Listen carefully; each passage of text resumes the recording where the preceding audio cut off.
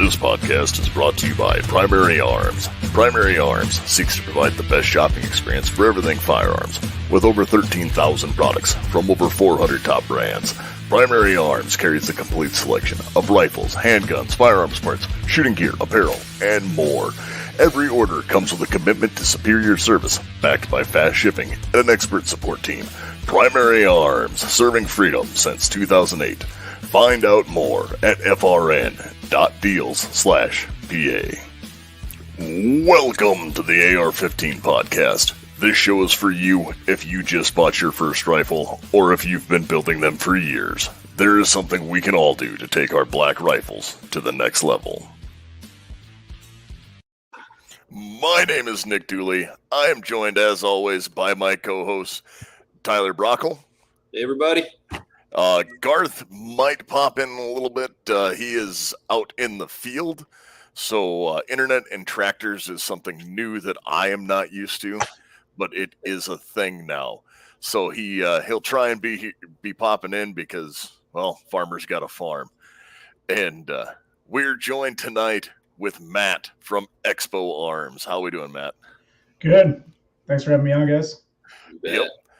So before we get into too much of Expo Arms and what is going on there, Tyler, have you done anything interesting this week? Yeah, I got a couple of things. Yesterday I signed up for a 3-day carving course with from Haley Strategic. They were coming to Sturgis, South Dakota in mid-July, so really pumped for that one. And today I went out and had a range day up at Watertown, South Dakota with Atlas Target Works. We put together we're going to be putting together what do you call it? A Prairie Dog steel firearm target pack with the Trigger Interactive Smart Target Attachment System. And so we basically had a little game of whack-a-mole going. It was fun. So they had these like 15-inch tall steel targets, stuck them right in the ground, and then you put the smart target attachments on the back side, and you could do anything from like I said, whack-a-mole, where you got a random one pop up, and as soon as you hit it, another one pops up, to just like a frenzy of little prairie dogs popping up. And we were basically using 22s and trying to outdo each other on our scores, and it was actually really fun. So I look forward to getting that package together and getting it out on the Trigger Interactive website. Yeah, hopefully a few other groups out there will enjoy it as much as we did. That just sounds like a good time. It was fun. I mean, it's prairie dog shooting, but not prairie dog shooting. And the best part about it is they don't get scared and you have to wait for 2 hours for them to come out. That's true. Because I know I've seen that before, where it's okay, yep, and then you got to wait the half hour for them to get curious and start poking their heads up again. And by then, Bill's too far in the beer to be shooting anymore. And oh yeah, well, it's like that one time. So Matt, funny story. We got put on flood duty back in 2011 when Pier was going under due to the Missouri, and we got off shift at like 1800 at night, and we ended up going prairie dog hunting with Dooley, and we had about 10 people crammed in a Hummer H2. Everybody just loaded to the teeth. And we're driving around, and there wasn't any prairie dogs out. So we had to basically like cruise around the tens of thousands of acres around Pier looking for prairie dogs. And yeah, it was a good time. Sounds like my hog hunts. Yeah.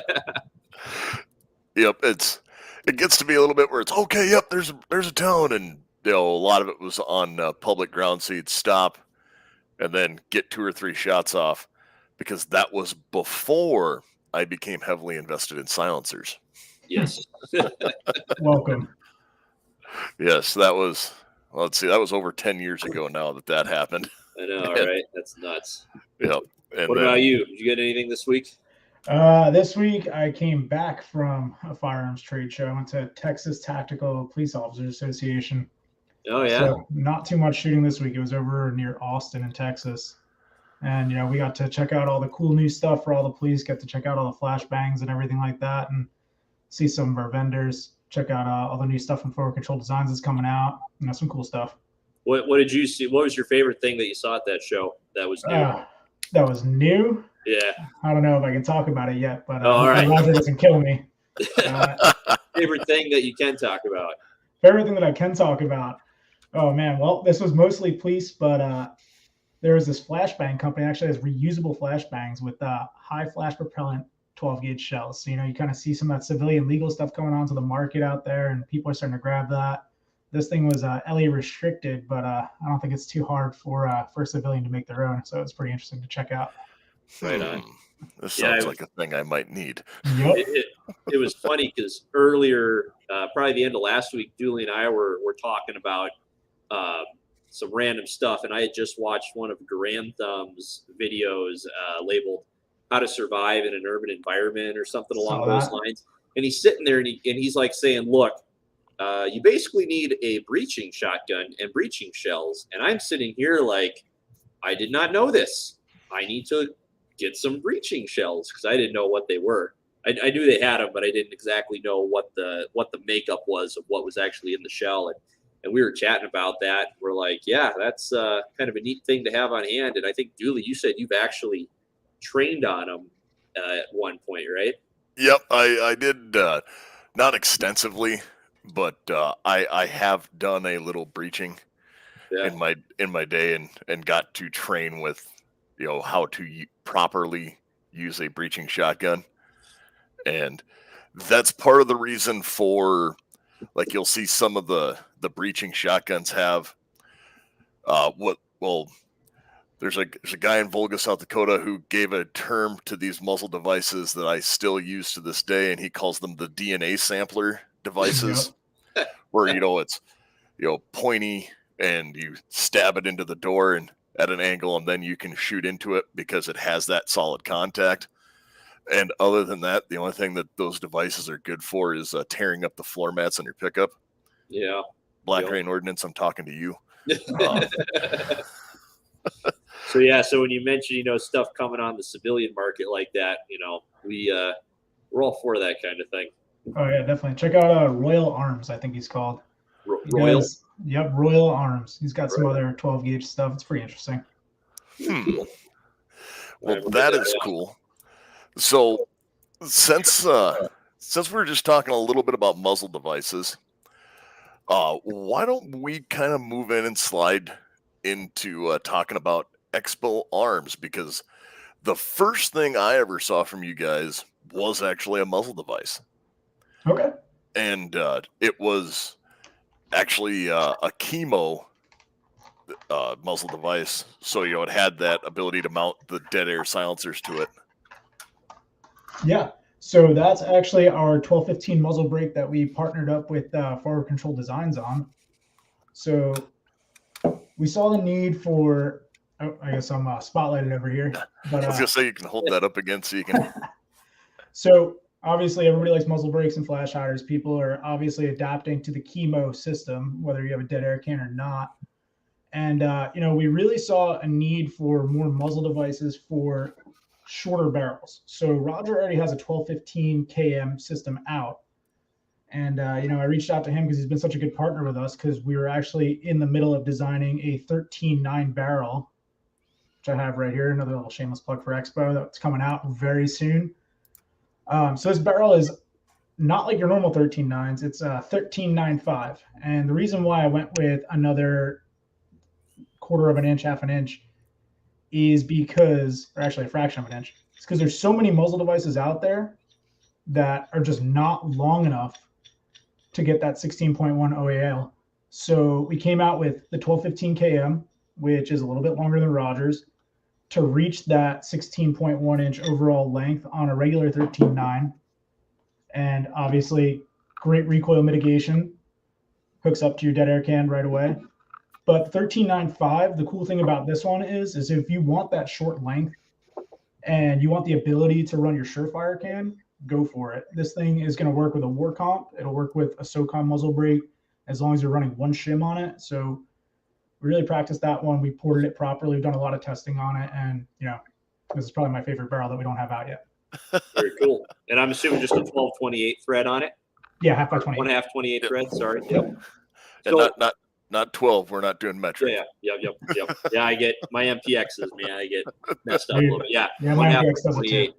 So, hey, Matt, you mentioned a chemo. Can you kind of explain that concept to everyone, please? So the chemo system is renowned by Dead Air. We license this out from them to adapt to their suppressor system, which you can run millions of different systems from them. They have the Plan B out there, which, you know, you can run an adapter to, there's so many different suppressors. You can hook it up to a silencer code. You can run your standard Dead Airs. I even think that there's a couple from CGS, you can do it as well. But what it does, it takes that proprietary system and allows you to put it on multiple different firearms, multiple different suppressors. So there's a lot of guys out there that they do pin and welds to their setups. So, you know, they don't want to change from different breaks to different breaks because they're buying a new suppressor. Well, if you get a chemo system, which is probably the most popular system out there right now, run whatever you want. Very cool. That works. I know that when I bought my first can, chemo wasn't a thing. That's right. And I bought a Gemtech quick attach that had the goofy spring-loaded cam lock. I mean, it still works, but the $115 a piece for muzzle devices gets to be a bit excessive. Yeah, it's pretty expensive. I mean, that's the cool thing though about the chemo system too. You can find muzzle brakes anywhere from $70 all the way to $110 like this thing. So, and it even goes down to about $99 when it goes on sale. So you can get as much as you want. So that is awesome, and as you already said, I guess brought up Grand Thumb and talked about that. We could start there since we talked about muzzle devices. We could go from tip to butt, just like the Navy likes to, and. And hope that's not trademarked by him or the Navy. I don't think he'll see you. But so we talked about that, and then you went into barrels. So if somebody doesn't know what Expo Arms is, who are you guys? So Expo Arms was founded years upon years ago. We're sold only through Primary Arms as our house brand. Everything from Expo Arms is made from high quality manufacturers in the United States. You'll never get anything that's made overseas from us, and everything that we get, we QC and we check over. We do believe in the highest quality standards, and that's something that I'll always stand behind, which is why we back everything with a limited lifetime warranty. So, there's plenty of barrel companies out there that advertise if you outshoot your barrel, they'll replace it.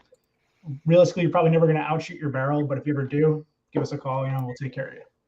Same thing, you snap your muzzle brake because you're trying to put it on with a screwdriver. It might go a little bit outside, but give us a call and see what we can do. Right on. Yep, that is definitely a good thing. So when you say you make the parts, so if you click over and, well, actually I could just pull it up and show everyone since I can share a screen here. So as you said, this all comes through Primary Arms, and it's bolt carrier groups, upper receivers, all the way from that to gas rings for your bolt. Yep. Retention springs, all of those things. So this is all of the little parts that make your rifle run. It's a one-stop shop, basically. Highest quality stuff you can get. Yep. All the way down the individual component, and also looks like you can get a lot of stuff pre-assembled. Yep. Depending on whatever level of builder you are. So. Yes, if you can have the complete uppers that you get from you guys that you can assemble by pushing two bent pins together and going, look at the rifle I made. That's right. Yep, I got one of these right here in front of me too. Actually, this is our 10-3 setup. This is our 10-3 combat. So this one is featuring our Combat Series barrel, which is a chrome line barrel on here with our Combat Series rail. So this is a nice short compact setup. Our barrels are set to crane spec, so .070 gas ports on here. We take pride in all that kind of stuff. Great ejection, 5.56. It's perfect for you. Okay, so you're running that, and then that you said that was a 10.3. Yep. And then just from looking at where I saw the shine on that, was that a carbine length gas tube in that instead of a pistol? Yep, so on 10.3 it's carbine. Yep. Sorry, it's just one I happened to see the shiny and my brain It's kicked gas in. tube right through the lightning cut, huh? Yep. Nope. It's awesome. And that is one of those things that I will say I've had a lot of questions on over the years, either just in gunsmithing or talking to people through this. When people got into their pistol or any of their shorter builds, gas systems always seem to be a question for them, because it's, oh well, you have pistol length gas system. Do I need that for a pistol? Well, maybe. Carbine length, mid length, rifle length, and then when you get into some of it, with the even crazier stuff like rifle plus 2, or some of the proprietary builds, when you get into to getting those things. Can you touch a little bit on this? Like, because you obviously said you have that time to have the right gas port size. Mm-hmm. So I know that gas port size is also overlooked a lot, because we're getting down into the nitty gritty and minutia of what a build is. Yes.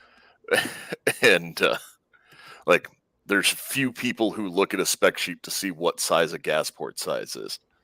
Yeah, I find that kind of crazy, because back, in 2018, 2019, nobody cared what your gas port was, as long as they were buying mid-length for their mid-length setup or carbine for their carbine length setup. It didn't really start coming around until probably the end of 2019, 2020, when Sons of Liberty started really becoming really well known for their quality and for what they do. So Sons of Liberty, going where it's Mike Milhosky, he definitely started testing the waters. And I know he started out with the SOTAR guys too. And gas porting is everything for them, for the proper wear and tear on their bolt faces, breech faces, everything down to ejection patterns. So I mean, you really got to credit those guys with the science for everything. But when it comes down to gas ports, you really do want that perfect ejection, that proper wear and tear through the guns. Yeah, I've made people mad on the internet before, because I've said, well, your rifle's overgassed, that's why it's doing that. And then, well, my overgassed rifle runs just fine, unlike yours that's all this. And yes, I understand, but I also shoot everything suppressed, and I'm still the addicted gas to port DI size guns. makes a big deal on accuracy as well. So if you go too large on the gas port size, it's going to throw off the spin of the round. And then there are even some people who try and go to the lengths as positioning the gas hole in the lands and or in the groove instead of being on the land. There's some companies out there that don't think it matters and don't care. There are others out there that have tried to get it in the groove, because then if that hole is in the groove, the bullet coming down is not actually going to make any contact with the edge of the hole. So, I mean, you're getting into really minute engineering and machining when it comes to that. And for the most part, most mil-spec rifles don't necessarily need that. But there is a certain science to it as well, because then there are companies that'll make a big gas hole, slap on a adjustable gas block, and then just tune it down. So sure, that's great for reliability, but then you're you're adding a little bit more wear and tear in your rifle and degrading the accuracy a little bit. I guess if you have a comment on that at all, Matt. Not too much of a comment on that. I can definitely agree with you on that. But if you talk to a lot of guys in the industry, barrel makers specifically, some of them will swear by carbine, and they'll say, hey, this stuff is designed for carbine, and this is the gas length that you want to run. But then there's other guys that do specifically want mid-length when they're cutting your barrels. And, we do deal with that a lot, especially when, I'm designing new products or working with other guys to make me new products. So a lot of that comes into T&E. Yeah. And yeah, the lands and grooves and positioning your gas port in the exact perfect spot. I can't say it's the most important thing in the world. I'd rather have a properly ported gas system rather than making sure this is engaging on a land and not a groove, or a groove in a land. Yep. But it's very hard to do that in the machining exactly process anyway, which is why it's like, well, if we can, I think we'll do it, but is the juice really worth the squeeze? And then kind of going back to Dooley's comment about how some people can say, hey, my rifle runs just fine. Well, for most civilians, if your rifle is over gassed, it might not matter, right? Where it really, really matters if your rifle is over gassed is if you're running, thousands or tens of thousands of rounds through that thing, because an overgassed rifle is going to have a lot more. It's just going to be harder on your rifle. So when companies are designing the rifles that they're putting out, they're usually designing it to that worst case scenario, i.e. military police use. So as a civilian, if you build a rifle and it's a little overgassed, it might not affect you as much as if you're putting this in the hands of a soldier and it's meant to have a 10, 20-year life and it's going to see thousands and thousands of rounds. A perfectly gassed gun should have less wear and tear on it. Now, that's not to say you want to get it as low as you can go, where it's on that borderline between not functioning and functioning, because then as you start to get, little use and carbon buildup, you want to leave yourself a little bit of leeway. And that's where companies can kind of play with these different specs, different design features, lengths, etc., to kind of put that where they want it. And one of the other we won't do things. adjustable gas blocks. What's that? He said, and that's why we will not do adjustable gas blocks. Yeah. Well, that and the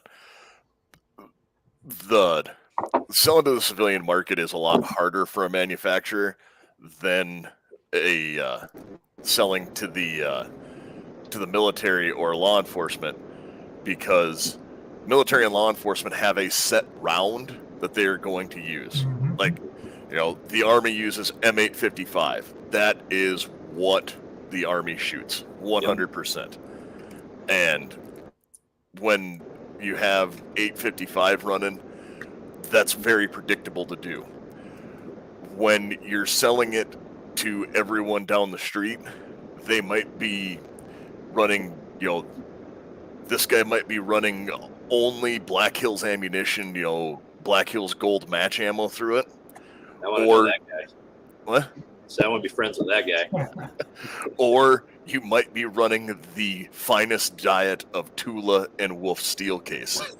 Hey man, that's me. So, there is a line to walk there between what is, like the rounds that you have to do. So you do have to have a little bit more gas, and it might not be optimally gassed for every round. That's correct. But just because you have to be able to look at the consumer and know what it is that they would fire. And we have Garth joining us now, who phoned in, or Farmer G. Yeah, you bet. I'm actually sitting right next to my gun range because I figured this had been a good a signal as any place to get something going on here. So, Did you get done or did you break down? no, I let my brother take over for an hour so I could come chat with you guys and then It's a solid life decision.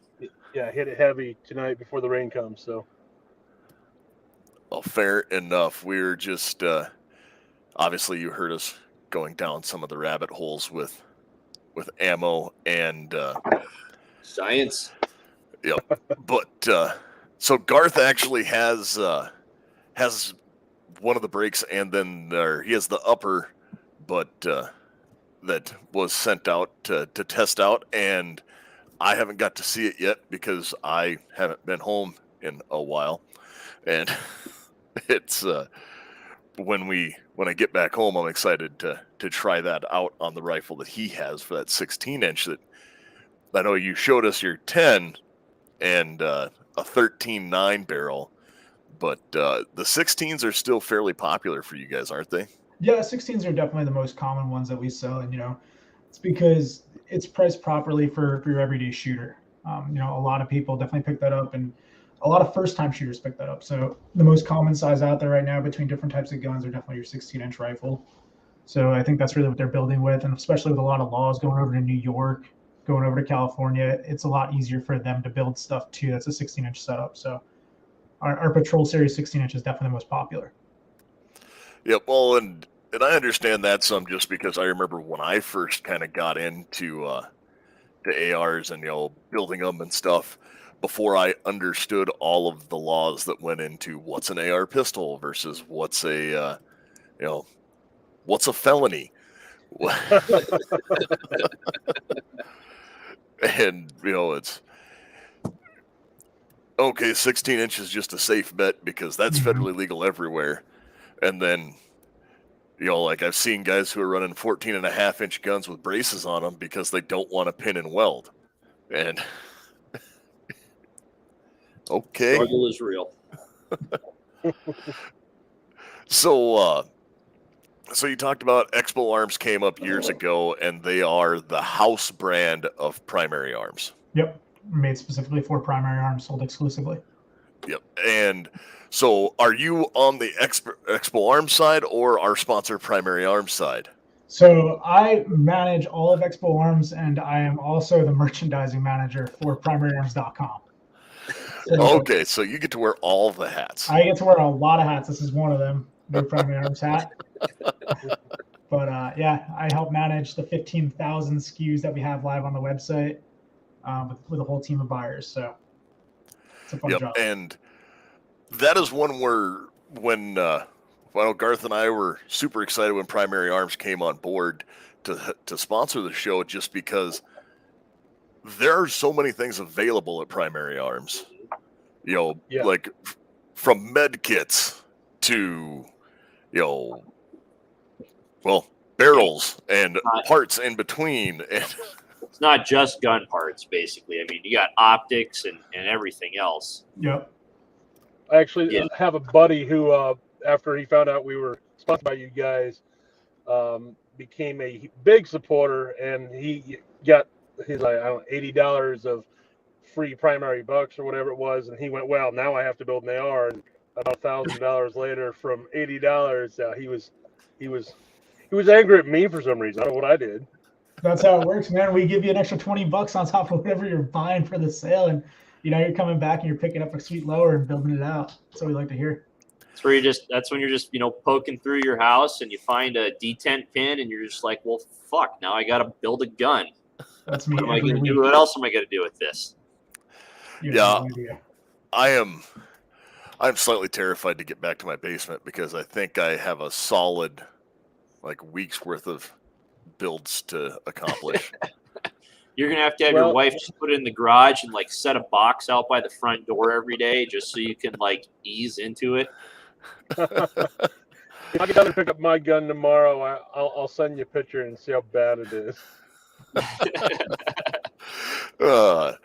So with managing that, with the 15,000 SKUs and all of them that you have from Expo Arms, because as the Expo Arms manager, we've talked about all the parts, the safety selectors and, buffers and all of that. You even have, M-LOK hand stops.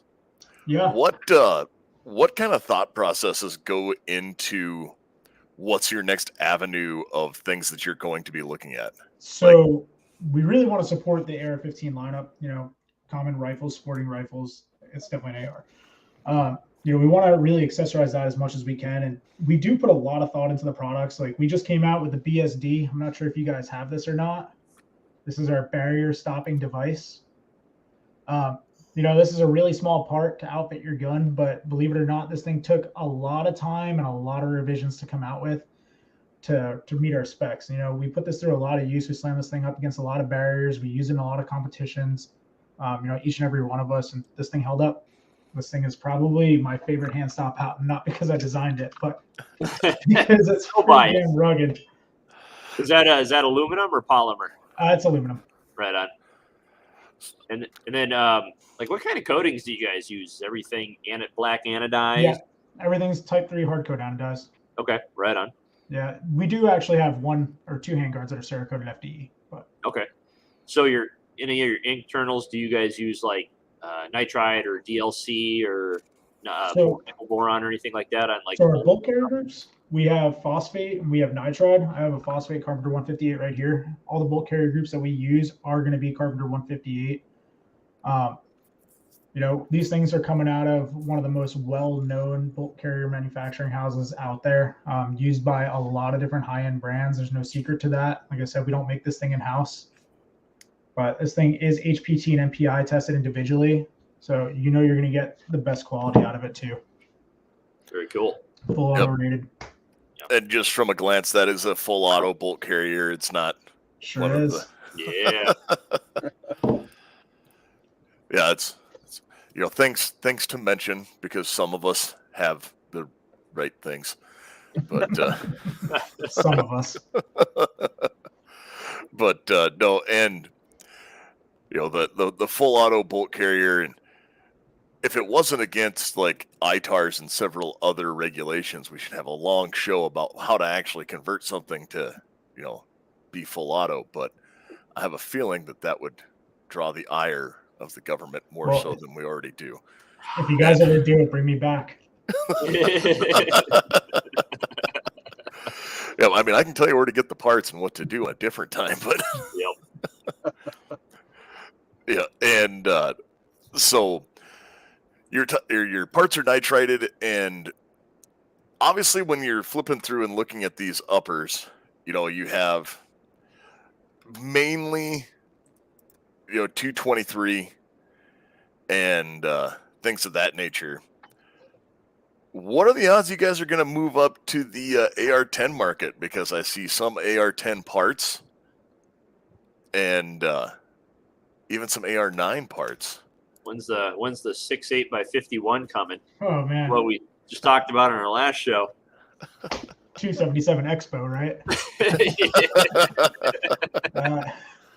Yeah, AR-10 stuff. It's in the pipeline right now. The problem with AR-10 is, I'm sure you guys have built plenty of 308 and 65 rifles before. You guys can probably tell me right away how finicky it is when putting one of those things together. Yes. If you're not properly gassing it, if you're not using the right bolt carrier group, you're not going to have a good time. You bought half commercial and half mil spec. Yeah. Yeah, I mean, even down to the bolt faces of a 308. I mean, just from testing and checking everything over, I mean, when we do come out with a 3.8 bolt carrier group, it's going to have a double ejector. It's going to have a dual ejector on there because that is the most reliable type of ejection system you can get for a 308. I mean, there's plenty of brands already that are doing it. If you look at LMT and their 308 EBCG, dual ejectors. Sons of Liberty, dual ejectors. Even KAK, who does a lot of parts for their own company and for a lot of other places, dual ejectors. It's probably the most important thing to a 308. Yep. That I will say I have ran both, and dual ejector is definitely the way to go on the 308. Yep. And now I know that 308, as much as I love 308, the other one, like, I think probably the most popular growing segment for ARs, and this is purely circumstantial from looking at what everyone else is doing, is probably the PCC market. Would you guys say that is accurate from what you're seeing there on for sales as well? The PCC market from the end of 2019, so right before COVID, till even through right now, has been on fire. I mean, that has been one of the fastest growing categories that we have. There's a lot of cool different types of stuff that's really out there too. You have like Foxtrot Mike, who has a side charging AR-9s. Those things are pretty wild, But yeah, PCCs are definitely very popular right now. And that's what happens when 5.56 reaches over $1. Yeah, you're telling me. That's why I should buy a PX. I know that Garth loves his PCC. Well, it's funny you mentioned the Foxtrot Mike, because that's what my buddy ended up buying through you guys, was one of those. And right away, I'm with everything new. It took a while to get used to it, but he's in love with it now. And oh man, PCC, I can't say enough good things. So yeah. Oh yeah. Yeah, I'm still a traditionalist. I'll shoot my 5.56. I've said before, like, I now have parts to build the PCC. I have not.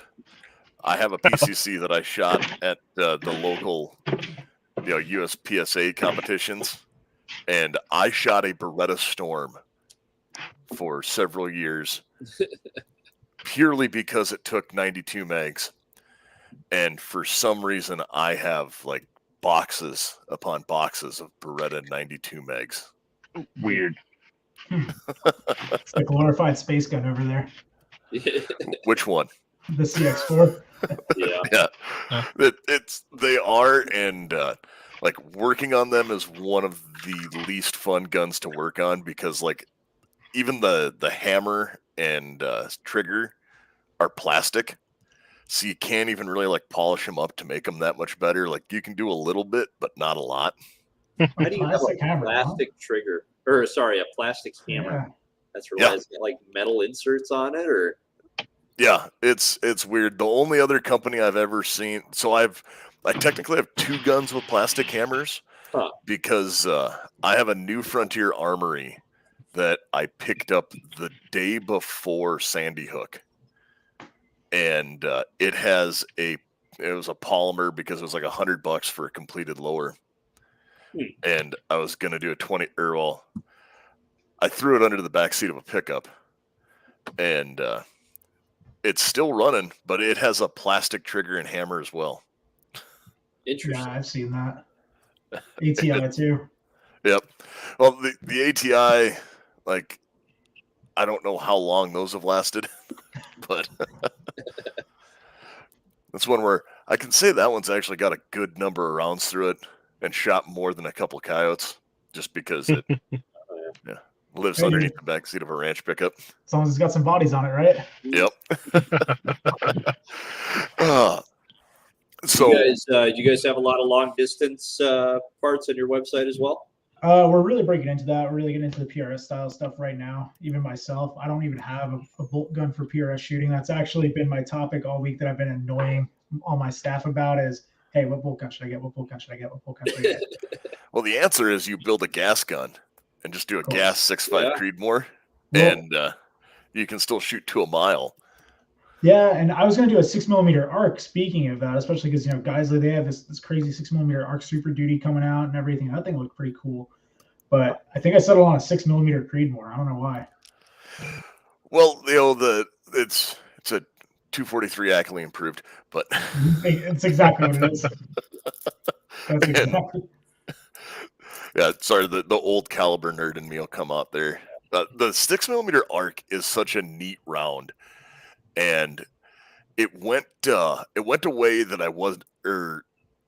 I think it will gain on and hold more ground. Like the 350 Legend took off, and that round's going to be here to stay. Yep. I remember like 4 years ago there was this little round that came out called the 22 Nosler. and then after that it was 224 Valkyrie. There it is. And everybody's like, "Oh, these are going to be amazing." I hate to say it, but the gun industry is faddish as fuck. I mean, you got so many people trying to be so creative, and don't get me wrong, there's a lot of good ideas that come out there, but every once in a while, everybody will just hop on some shit. And there were like 224 was intended to be a PRS round, right? There were AR companies making 10.5-inch AR-15 barrels chambered in 224. I'm like, what the fuck is the point of that? Exactly. I mean, the death of that round though was failure to test. I mean, they couldn't get the twist rate right. They couldn't get the weight of the bullet right. They're burning barrels left and right. It was too fast. They brought it to market before they figured out what it was. Yep. And I mean, I'm not a fan of the ammo company that really started with that. And I'm carrying around some pieces of metal in my face from Federal Ammunition. So, and that's when pushing that out, it was pushed out too quick, and there is a lot of research that has to go into these calibers. And I know that consumers want what consumers want, and that has to be an interesting thing for you guys. On both the Expo Arms, where you're picking out what calibers it is that you want to purchase, or what the next move is, looking at industry trends. I mean, for the Expo side of the house, it's got to be really easy because you can just kind of overlay everything else from the wholesale side to see what is sold the most and go, that's the market we should move into. Yeah, it's like the cheater move, but yep. Hey, if you're not cheating, you're not trying. That's right. So, man, have you ever like had to, like, you guys ever got any products that you're like, well, this is selling really well, but I can't believe we're actually going to offer this stuff? Not on the Expo side, but on the commercial side, yes. Yeah, that's what I'm talking about. More often, yeah, absolutely. So, one other thing that we have talked about a lot in the past, and since we have someone who, works for the company kind of on both sides of it, the primary arms optics. Now, those, I remember when primary arms optics kind of first came out. Like, I bought the aforementioned Beretta Storm. I bought a micro dot that was refurbished for like $45. And I think I ran that for 4 or 5 years before it died. They're tanks. I mean, I'll give it that for sure. They're definitely tanks. Even the older stuff, it's very high quality stuff that came out even at the original, the inception of PAO. So Yep. So is PAO kind of moving on to be its own company a little bit away from primary arms, or is it still staying in-house, or is it growing more than you would have originally thought? it is growing very rapidly. I mean, we're still the same company. We do treat it, they're separate employees for each side. But it's still the same company, same owner. And he treats both companies the same way with good care. Well, that is awesome. And I just know that because I've ran I've got one of the Prism optics. I've got actually have a first focal plane that I put on my first long range AR build. That was an AR I built to do to 900 yards and in, because I had one of those moments where my mouth wrote a check that I had to cash. That never happens. That happens to me all the time. Yeah, I was coming back from a military training, and we were it was just a crew serve weapon, so a machine gun shoot for the weekend, and I was running the ranges for a unit that was deploying, and walked back into the local gun shop, and they had this whole thing of, we're having this competition. It's long range. AR class is 750 yards. And I had been proving targets were, being hit at 600 yards with a 4-power ACOG all weekend. So I'm like, oh yeah, too easy. Of course, they were 4 silhouettes all on one target, like a squad sized element. Yep. So in my brain, I'm going, I can hit those targets all day. I wasn't thinking about shooting pie plates. So yeah, that changes things. Then I went and shot it and did not come in last. And then I had to build a rifle to shoot that, and they never had the match again. It's my fear. Oh, it's normal. And now I have, now it's just a really great coyote and prairie dog rifle. And that's what it does now. So now it's stacking up those bodies. Yep, everything I have has shot at least one prairie dog, I think, even down to my 380. And they all live under the seat of the truck? Not all of them. Yeah, that one lives in his pocket. So we have somebody who just bought or just commented that they bought a Expo Arms 14.5-inch barrel, and it shoots great. So all right, post up your groups. Yep, has there been some growing pains with getting people to know about the Expo, like as its own brand? Since it is the house brand for primary arms, for lack of a better term. Over the past couple of years, it's kind of really grown itself. Our products are really speaking for themselves at this point. We haven't really done too much advertising other than what's inside primary arms until about 6-7 months ago, and it's growing in popularity. We're seeing that everywhere. I'm getting tags on Instagram left and right. People are posting up their groups just like that. I just had some guy putting all over the internet that he's shooting 3/4 MOA with his 14.5 barrel. So it's pretty good to see that our customers are loving this kind of stuff, and it's definitely growing in popularity. And we're helping out too, right? We're doing giveaways everywhere. Law enforcement's starting to notice us, and they're starting to pick up our stuff too, which is it's a good feeling too. Yep, that really is, and it also speaks to quality, because if it's something that somebody's going to use to defend themselves or others, it's kind of got to be that high quality. Yep. It's not because there's stuff you get for plinking and truck guns and whatnot, but when you're using it in a professional setting, it's, you want something that's going to work every single time. Exactly. I'm super picky about the parts that I use in my guns, whether I'm buying a complete gun and changing out some parts because, they might be using a 9310 bolt instead of a 158, or I just don't believe in the part that they're using, but I still love the gun. So that same passion goes into everything that we're bringing into. Everything has to be built to a certain spec for us. Everything has to be used under a certain quality. We don't just look at anybody and go for a price point. It's quality over anything else for me.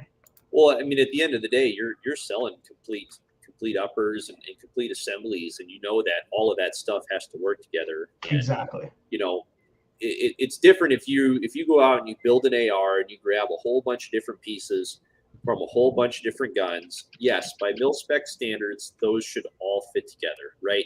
But that doesn't always happen because there are companies out there that want to tweak things here and there and make it their own. But when you have a company that has all of these components, they make sure that they put in the engineering hours and the testing time to make sure that all of their stuff, functions together for the longevity. And when you buy that kind of stuff, and whether you're buying it as a full assembly or you're buying it in parts, it's really comforting to know that somebody else has already put in the work to ensure that this is going to be, quality, and then it's going to work all the time. Yeah, exactly. When you're buying my stuff, I want you to know that you can trust your life with it. I want you to feel comfortable with our product to that point. It's a home defense setup, or you're going to the range, you're going to be shooting competition with it. It's for any aspect of firearms and shooting. I want you to know that it's going to work. Well, and that's one where, when you look at the prices, like before a sale or, a discount code or anything like that, when you just look at the bare prices, there's, obviously got to talk about the 400-pound gorilla in the room. Like, you guys are right there in competition with PSA because everybody looks at, like, oh, I can get, this barrel off PSA or this upper that looks about the same. But, if you're having that, I'm not saying that, PSA is lower quality or anything like that, but everybody has, the internet is full of people who are mad at companies, and it is not hard. It is not hard to find someone who will complain about anything, and especially from behind a keyboard. Yes. But when you look at that, when you're competing with a company like PSA that is slamming out just thousands upon thousands of uppers to get that price point, where they might not always have the best quality, it's the good enough is the phrase that you would often hear. Right. And so you're doing PSA pricing and duty quality. That's correct. Everything that gets built with all of our uppers, no matter what it is, our armors are literally sitting there pin gauging and inspecting every single little part down to the lugs. I mean, they're literally running 250 pin gauges to make sure it's a go or a no-go on there. And we don't sell anything that doesn't fit perfectly. It has to pass 100% because we don't want it to be just as good. Yep. I don't want this to be another 10 million rounds, no issue kind of setup. I want this to be the guy's gun that he can trust his life with. Yep. So it's interesting that you say that about doing the, checking to make sure that your upper fits and using a go, no-go gauge. The first AR that I ever bought was a DPMS Sporticle. And I bought it was all right, yep, and then I bought a JP upper for it, and okay, we have this, and I did some swapping around and trading with some other people, and I wound up with a Olympic AR, and I was gonna pop that upper on there, and luckily my brain kicked in before my Dremel did, because the Olympic Arms for a while wasn't always in spec with everyone else's. It's somewhat spec. Yeah, that was a thing back in the day because they had just a slightly larger pin than everyone else did. And, on the takedown in the front pivot pin, huh? Yep. That was one of those really weird, where did this come from? And no one has ever been able to give me an answer to that. Yeah, it's I that had one. proprietary stuff. Yeah. You still have it? Oh yeah, I've still got that. It's an A2, but it's an A2 with a 16-inch barrel, and it is the goofiest setup I've ever seen. And it's got a 4-power carry handle optic on it, and it just sits in the back corner of my safe because it's just an odd little rifle that is a fun range toy for me. There you go. Let it click, doesn't so you want to bring somebody out. Yep. But using those go no go gauges where you're doing that and getting those parts into the right spec, and obviously you guys have. So you said you order them from in-house, or you order all of your parts from elsewhere. Are they assembled in-house? Everything's assembled in-house. We have a team of armors and a team of engineers that go through everything. We create specific QC checks. If anything ever goes awry, we've had an out-of-spec hinge pin before. And, the engineers will literally sit there and cross-examine every little part until they're sure enough of, hey, this is what was bent right here and this is how it was bent. Turned out the hinge pin came bent from the factory, but they're going to go through every single little piece and make sure that there's nothing that's out of spec that could cause that. So it's pretty cool.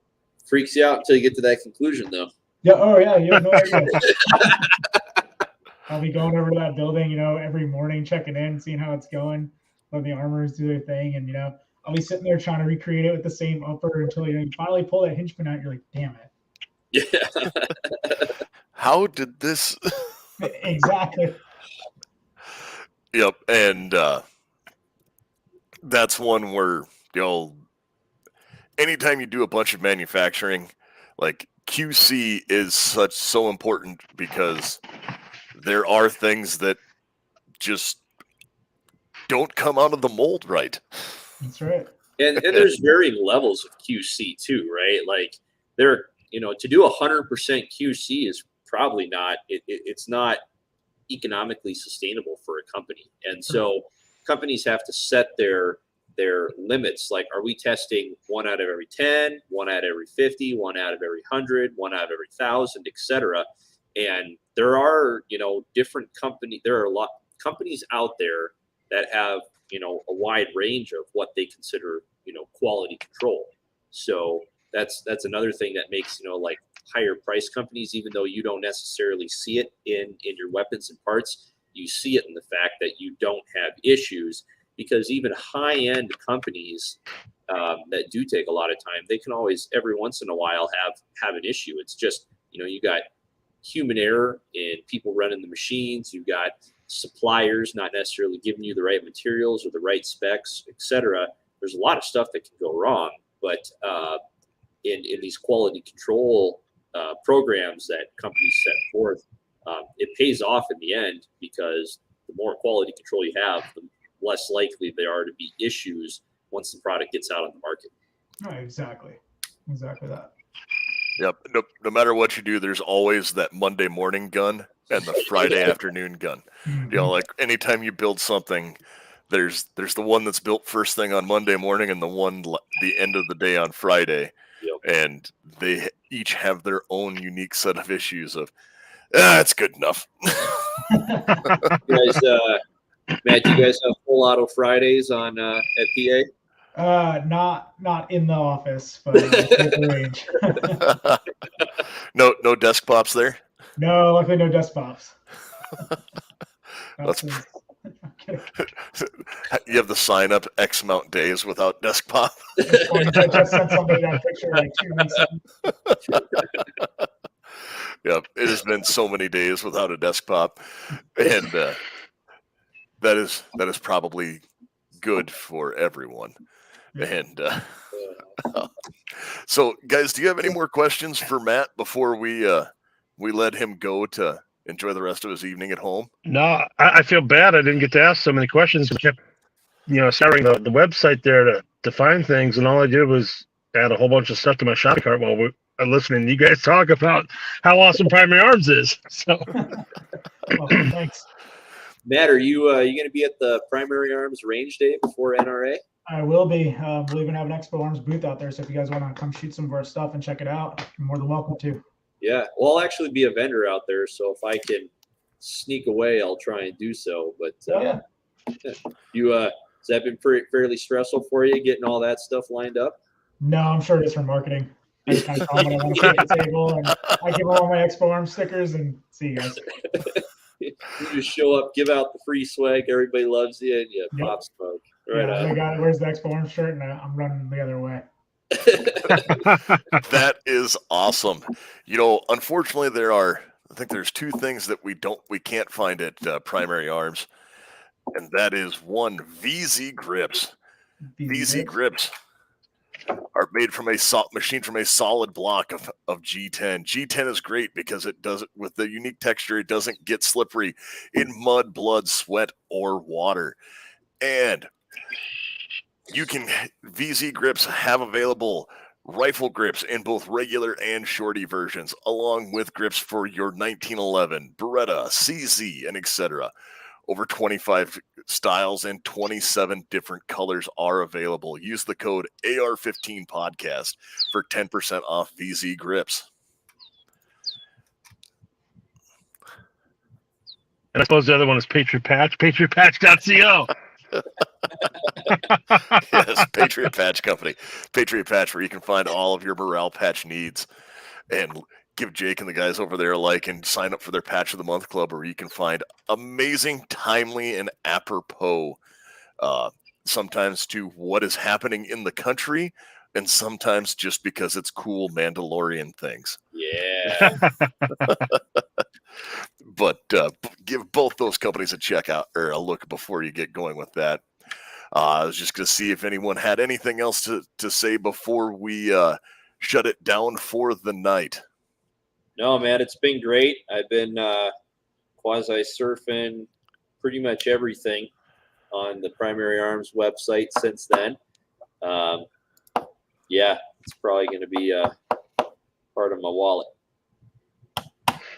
Yeah, my wallet's going to be suffering after tonight too, especially on those stops you had for the barricade stops and stuff. I'm definitely about 3 of those because those look great for competition. I'm over the vertical grips. I'm going back to something a little smaller, and those Run work that heads fantastic. out. Yeah, Yep. those things. That's exactly what I designed it for. Slam it away and run it. Yep. The broomstick grip was cool in 2004 when quad rails were new, and some of us were around then. I still run one on my Keltec CP33. Ha 4-man's MP7. That it does. It is. It really is. And well, I've got a quad rail with a vertical grip on it on my 300 Blackout. Right. It doesn't come off my LMT, so I'm stuck doing heavy on arm throws the rest of my life. But I still love it. Yep. And you never have to worry about getting an adapter. Right. Now you got to worry about finding things that are made for Picatinny. Yeah. Oh, there's still plenty of it around. Yep. So we had one more comment here before we shut down for the night, and it was a guy saying that he hadn't shot any match ammo, but with XM 193, I'm still getting a 3/4 inch groups at 50, and all he was doing was sighting it in, and it shoots just as good as his Criterion 16-inch hybrid barrel. So Criterion, for those of you who didn't know, would be the carbon fiber sandwich barrel for mitigation, a la Proof. So, like that style. Proof is what is generally known, but there's about 5 different manufacturers of them now. So, what's that? Said right on. All right. Well, so Matt, where can they find Expo Arms? Like social media is obviously Primary Arms. Where else? Where can we find your stuff online so we can talk to the happy marketing guy? We are only sold at primaryarms.com, but if you guys ever want to talk through Instagram, hit me up, Expo Arms, and find us. Post some cool stuff. We'll reshare you guys. All right. Garth, where can they find us? Oh, they can find us at AR-15 Podcast 2.0 at gmail.com, AR-15 Podcast 2.0 on the Instagram, AR-15 Podcast on Facebook, and then, of course, the network itself, if you guys are listening on there or through iTunes, we are the firearmsradio.net, and they have all our affiliate links, and please check them out, guys, because we do appreciate you supporting them because they support us. Yep. Tyler, anything to add? I've done enough talking. I am good. Thank you very much, Matt. It was great seeing you. And I'll look you up when I'm down in Houston at the end of the month. Definitely. Thanks for having me, guys. I appreciate it. All right. Well, you folks out there, you stay safe and stay armed.